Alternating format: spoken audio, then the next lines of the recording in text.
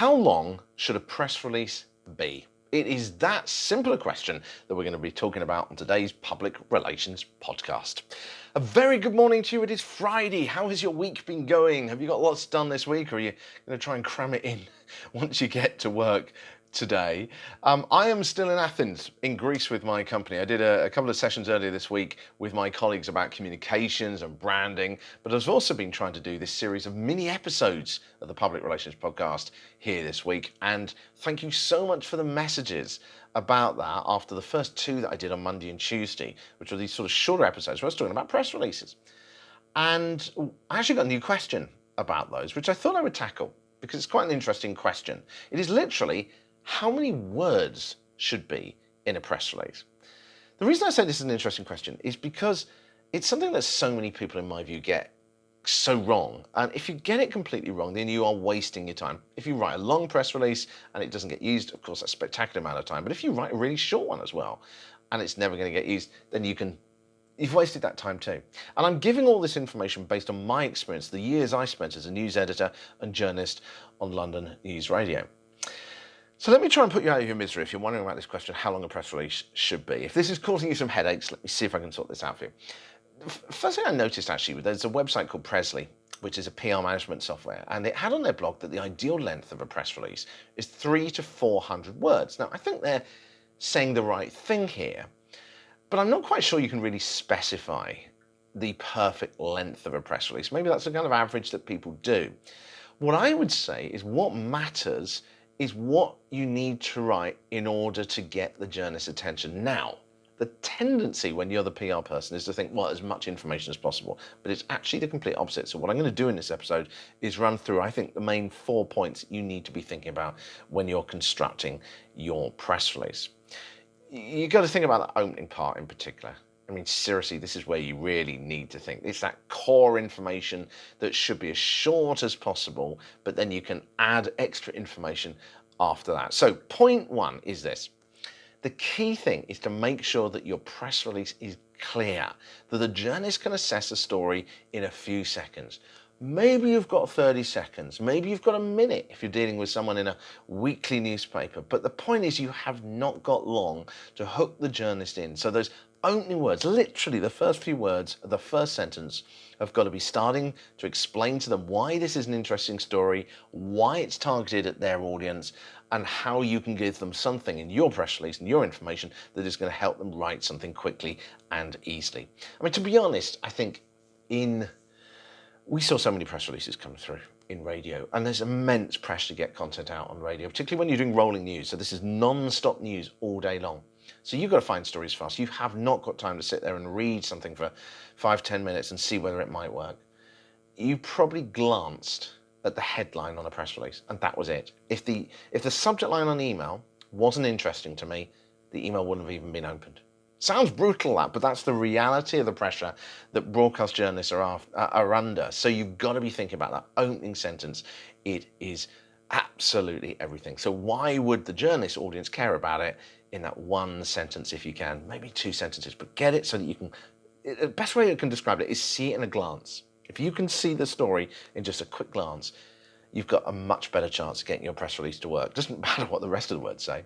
Point 2, once you've hooked them in, then you need to explain that hook. So a hook is it's a bit of a teaser, but don't just, put some marketing speak in there, like the greatest thing to ever come out of X.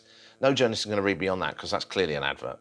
It's still got to hook them in, but then what you're doing in the rest of the words after that is you're explaining that hook. You're giving more information about it. You're giving the points that would help them write the story or produce the story. But you still want to be doing this in something like maybe 100 to maybe 300, maybe 400 words. That's starting to get a bit longer, I would say. But it's here that you're putting in the additional information. And by that, I mean really well-structured quotes, statistics, facts that they can see in a glance. They're going to be skimming this. They're not going to be reading it. They're going to look at the first sentence of each paragraph and they're going to go, do I want to read this paragraph before they move on to the next one? So the first line of each paragraph has got to be really strong. So point. Just think, what are the points this journalist will need to tell the story that will also make it clear to them that this is going to appeal to their audience? Point number 3 now. Once you've written all these details, at the bottom, this is so important that people keep forgetting, put someone down there that can be interviewed or at least can be reached to check facts or to clarify detail of the story. Journalists are only going to do this if they're interested in the story by now. So if they're ringing you up, that's because they want to know more. They're interested. But it's unbelievable how many times people didn't do this. And then when they did, they put the phone number on there. No one was there to answer the phone. Now, if I'm a busy journalist, you're wasting my time. I'm not going to put a note in my diary to ring you back in an hour's time, unless it's like, the president or the prime minister has resigned. I'm not going to do it. I'm going to put it in a bin and move on to another story, because I don't know if you're going to be there then. So put a contact number and be there. You know roughly when that press release is going to arrive or during that day. Mobile phone makes it so easy. Have it on. Even if you're in a meeting, you must answer it and get there fast, particularly with broadcasting. I was thinking about sort of examples of really bad ones, and I think I've mentioned this one before on this show, on the Public Relations Podcast.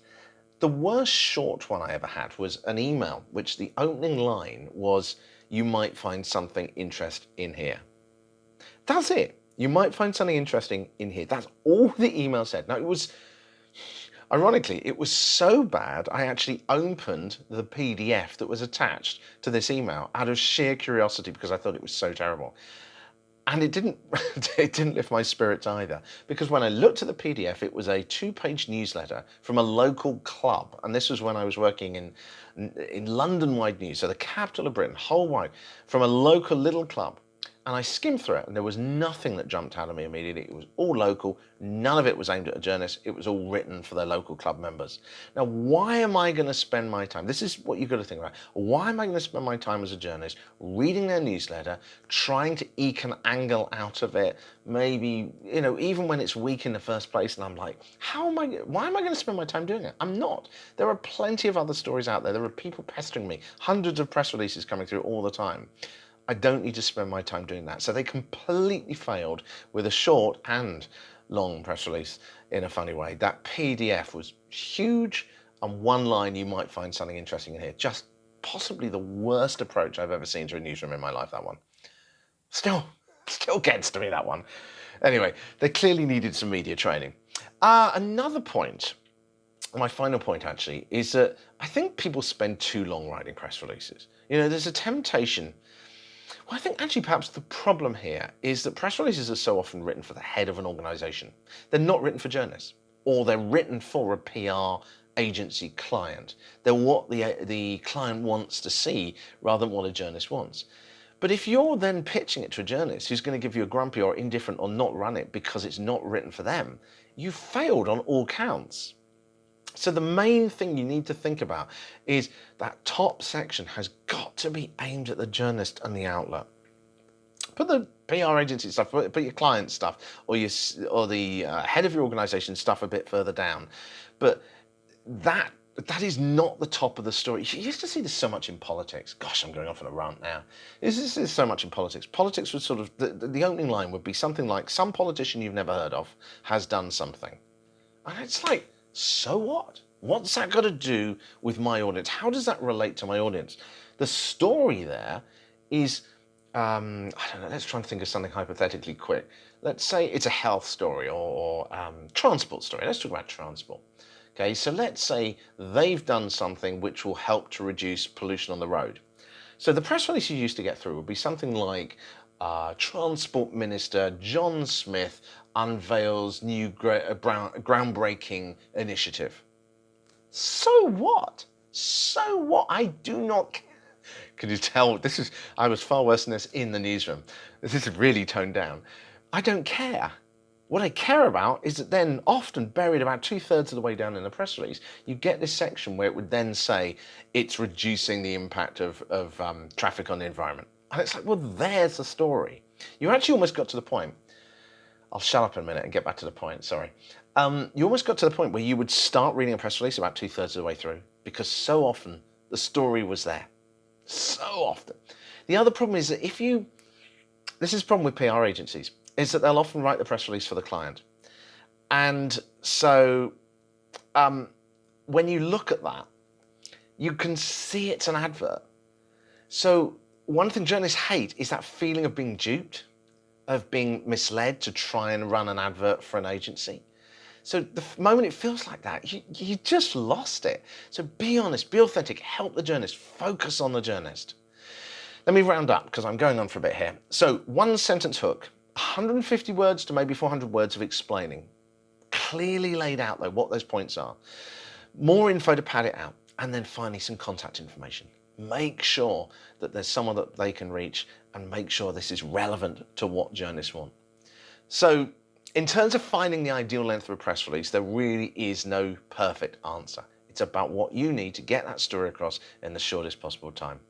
If you'd like some more ideas or tips on this, feel free to reach out to me on social media. You can find me at that PR chap on Twitter, _official on Instagram. LinkedIn, you can find me at Richard Midson, and of course you can find all the details on the website at thepublicrelationspodcast.com. So tomorrow I'm going to talk about branding after my presentation to my workmates here in Athens this week. You know, branding is a word that we all know we have to do. We all often know what the brand is that we want to have for our organization. But when we think about how we get that across, it's very easy to start to get lost and to not really present the right image that portrays and builds that brand. So that's what I'm going to be talking about tomorrow, because that's what I was explaining to my colleagues in the boardroom. So that tomorrow in the Public Relations Podcast, that's going to be a Saturday morning thing for you there. And also the newsletter this weekend, I should mention that too. A couple of tips on writing press releases as well. So if you want to sign up for that, it is on the website too. With it being Friday, once again, I hope you have a really great Friday morning. If you're listening to this now on the way to work, or if you're on your way home, I hope you've had a great week. Do join me tomorrow for that episode on branding. And if not, if I spot anything else in Athens before I start heading back to the UK, then I will give that to you then. Also next week, interesting one as well, I'm going to be going into the House of Lords in the UK Parliament. So hopefully I'll have some sort of PR related stuff from the political world for you next week too. Don't forget, it's thepublicrelationspodcast.com, thepublicrelationspodcast.com. Have an awesome day and an awesome weekend too. And I hope to speak to you tomorrow.